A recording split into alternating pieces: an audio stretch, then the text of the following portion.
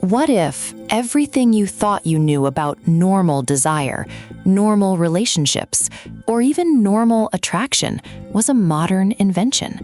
What if the very categories we use to define ourselves and others are not inherent truths, but cultural artifacts, shaped by forces far beyond our personal experiences?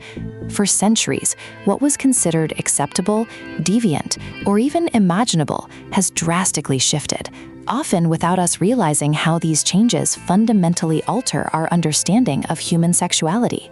Today, we peel back these layers to reveal the surprising and often unsettling origins of our sexual labels, and why escaping them might be the key to genuine self-understanding.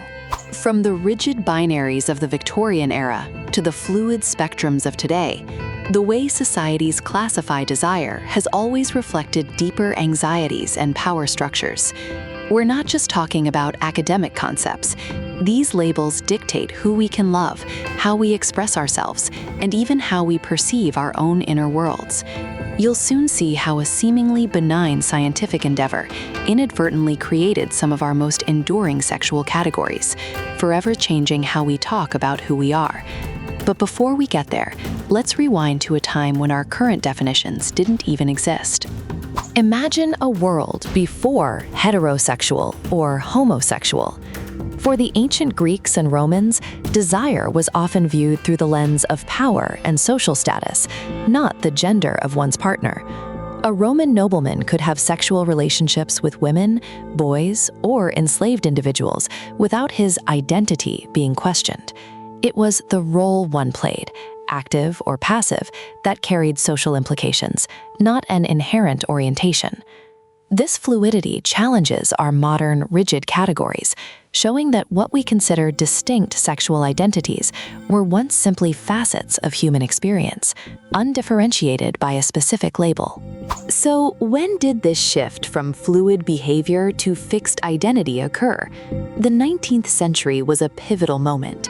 With the rise of psychiatry and sexology, there was an increasing impulse to observe, classify, and categorize all aspects of human behavior, including sexuality. German psychiatrist Richard von Krafft-Ebing's groundbreaking work, Psychopathia Sexualis, published in 1886, is often credited or blamed for popularizing terms like homosexuality and heterosexuality. These weren't just descriptions, they were pathologizing labels, creating distinct types of people, where before there were only behaviors. This medicalization of desire had profound consequences. Suddenly, certain ways of loving were no longer just considered sinful or immoral, but medically abnormal, even diseased. This perspective solidified a normal against which everything else was measured and often condemned. The creation of these categories, intended to bring scientific order, instead created deep divisions, shame, and a framework for discrimination that would last for over a century. It's a sobering reminder that knowledge, when wielded without wisdom, can sometimes do more harm than good. The 20th century saw a gradual shift. What began as pathologizing labels slowly transformed into identity markers. People began to reclaim these terms, not as diagnoses, but as affirmations of who they were. The concept of sexual orientation as an inherent, immutable aspect of a person emerged, replacing the idea of homosexuality as a curable condition. This was a crucial step towards liberation, allowing individuals to find community and advocate for their rights. Yet, even in this progress, the very act of labeling, of fitting into boxes, continued. Modern psychology, however, offers a more nuanced view, acknowledging that human sexuality is far more complex than any finite set of labels can capture. Concepts like the Kinsey scale introduce the idea of a spectrum, challenging the strict binary of heterosexual, homosexual. More recently, discussions around pansexuality, asexual spectrums, and demisexuality highlight the diverse ways individuals experience attraction or its absence. This reminds us that while labels can provide comfort and community, they can also become restrictive, failing to encapsulate the dynamic and evolving nature of our inner landscapes. Philosophically, this raises a fundamental question. Does categorization truly serve our understanding of freedom and authenticity? While labels help us communicate and form groups, they can also limit our self-perception, creating an expectation to conform to a predefined box. The desire to fit in can sometimes overshadow the deeper, more personal journey of discovering one's unique expression of desire.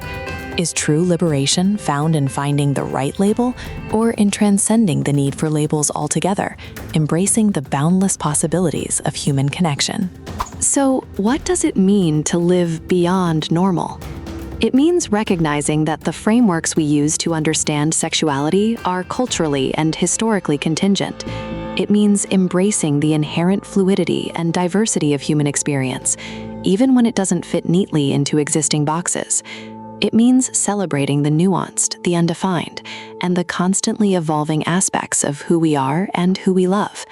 True understanding isn't about perfectly categorizing every individual, but about fostering an environment where every individual can authentically explore and express their desire without judgment.